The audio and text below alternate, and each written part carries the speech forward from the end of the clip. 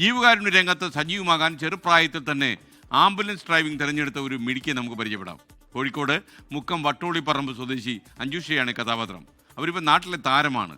ഡ്രൈവറായ അച്ഛൻ്റെ പിന്തുണയാണ് അഞ്ജുഷയെ ആംബുലൻസ് ഡ്രൈവിംഗിലേക്ക് എത്തിച്ചത്.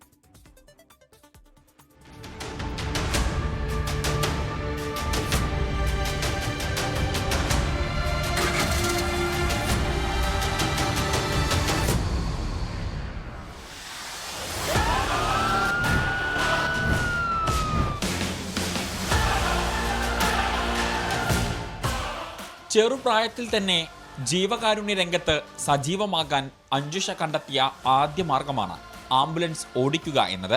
ആശുപത്രി ആവശ്യങ്ങൾക്കായി നിരവധി പേർ പ്രയാസം അനുഭവിക്കുന്നത് കണ്ടപ്പോഴാണ് നാട്ടിലെ ജനകീയ ക്ലബ്ബായ ഫൈറ്റേഴ്സിനൊപ്പം ചേർന്ന് സൗജന്യമായി ആംബുലൻസ് സേവനത്തിൽ അഞ്ജുഷ പങ്കാളിയായത്.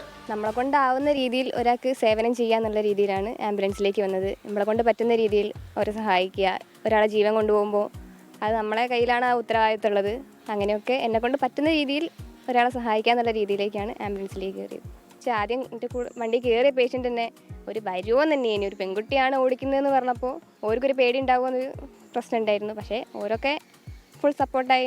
24-കാരിയായ അഞ്ജുഷയുടെ അച്ഛൻ ഡ്രൈവറാണ്. അച്ഛനിൽ നിന്നാണ് ആംബുലൻസ് ഓടിക്കാൻ പഠിച്ചത്.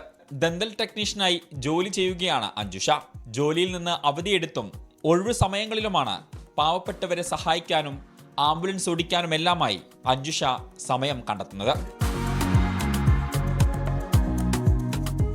വിഷ്ണു കച്ചേരിക്കൊപ്പം ഷഹദ് റഹ്മാൻ, 24 കോഴിക്കോട്. ലോകത്തെവിടെയായാലും ഏത് സമയത്തും 24 വാർത്തകളും ഓഗ്മെന്റഡ് റിയാലിറ്റി പാക്കേജുകളും എക്സ്പ്ലെയിനറുകളും വിശദമായി കാണാൻ ഞങ്ങളുടെ യൂട്യൂബ് ചാനൽ നിങ്ങൾക്ക് സബ്സ്ക്രൈബ് ചെയ്യാം.